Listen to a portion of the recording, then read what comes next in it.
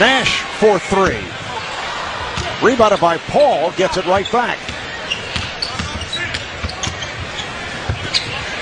Now Paul from downtown. Rebounded by Pierce.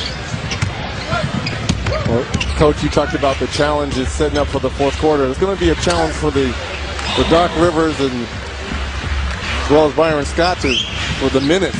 Who's he going to go with in the fourth quarter? East now leads at 104-93, and a 20-second timeout is called by the West. Now they extend to a full timeout. We'll be back to New Orleans in a moment.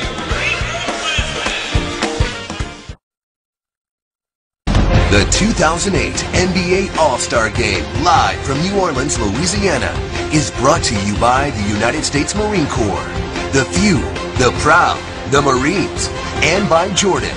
Become legendary. All day President's Day. Watch 13 back-to-back episodes of Law & Order that will keep you guessing. Get the guy. Game is over. Starting Monday at 10 a.m. on TNT. All right, it's time now for the somewhat entertaining and educational segment titled Reggie's Remarks, presented by AT&T. Well, you know, there's so much history that goes into this All-Star game. You know, Kobe Bryant only played 3 minutes. Allen Iverson, they're both going for their 3-time MVP in the All-Star game. Which player has the most All-Star hardware? Here in the attendance, Bob Pettit, 4. Didn't even give us a chance to think about it. There's Bob, Hall of Famer. Come right back with the answer. Right back. He didn't give us a chance, right? I mean, it's like he's afraid. Well, he know we saw his. Y'all cheating. Y'all are cheating over here. Better to cheat than repeat. What I used to Our statistician Paul Evans points out Bob Pettit in the 1956 NBA All-Star game had a pretty fair night. 20 points, 24 rebounds. That game played up in Rochester, New York. Nice pass. Boozer not able to hit. And back comes Pierce. Here is Allen with no hesitation from downtown. Well, the West went on a 14-3 run. The East coming back with 6 unanswered. And in this final minute of the third, the East back up by 11. Wallace wanting more room on the inbounds from Boozer. Joe Johnson of the Atlanta Hawks. Rasheed Wallace. See, things have tightened up a bit here in the third quarter. Here's Pierce on a fadeaway.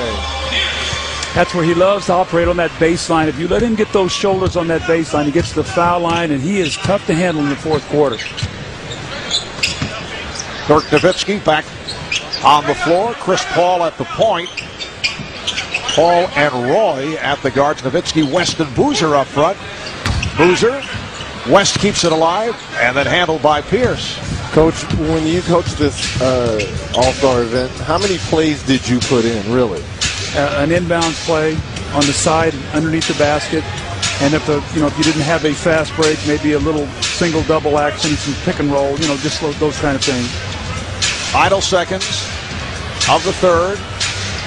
Pierce for 3. Well, the last 13 points for the East scored by the Boston Celtics. 9 for Ray Allen, 4 for Paul Pierce. As we head to the fourth, the East with a 13-point lead.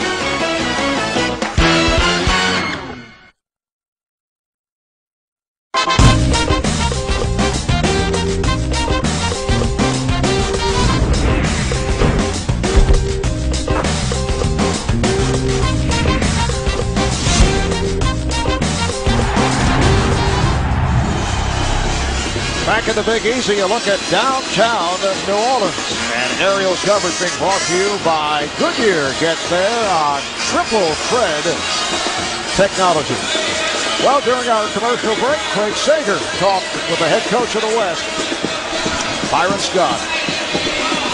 Byron, you got back into the game going to that small lineup with the 3 guards, Steve Nash, Chris Paul, Brandon Roy, but now it's up to 13 again. Yeah. What are you doing in the fourth quarter?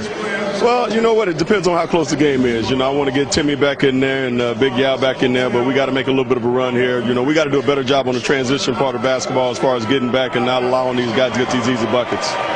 How important is it for these guys to win this game? Well, they feel it's important. You know, they had a pretty good win last season. They want to try to keep it going. So, you know, the last thing they've been saying on the bench the last couple of timeouts is, hey, you know, let's go ahead and win this thing. So we'll see how this fourth quarter goes. All right, thanks a lot. Thank you. All right, Byron looking to get Yao Ming back in there for that 3-point touch. Byron Scott, head coach of the surprising hometown New Orleans Hornets. At one point, they won 9 in a row, 12 of 14 in the month of January, coaching in his second All-Star game as head coach of the Nets. He handled the East squad back in 2002 in Philadelphia, game won by the West with Kobe Bryant capturing MVP honors. Fourth quarter is underway, and Reggie and Doug, both you guys with connections to Byron Scott. Yeah, we acquired Byron in December of 1993, the Pacers did. We played 67 games, averaged 10 points. I think he'll be more remembered as Chris Paul knocks down a 15-footer. He'll be more remembered by that huge shot he made in Game 1 against Orlando, and we went on to beat Orlando. We had never won a playoff series before, but more importantly, he gave us belief that we could win. You know, he brought championship experience, 3 rings, so that's why the Pacers, during the 90s, the success we had, a lot as LeBron James knocked down a shot. That is why we went to another level, was because of Byron Scott. Yeah, and I had a chance to coach him at Arizona State for a year, and I just enjoyed my time with him. He was a hard worker, always came out every day to get better. And he and I played the same position, so we really worked on being a 2-guard, and he was fabulous in the NBA. Nice fadeaway by Amari Stoudemire. Byron Scott, you recall, took the Nets to 2 NBA Finals and has made it back, as you mentioned earlier, Doug, from...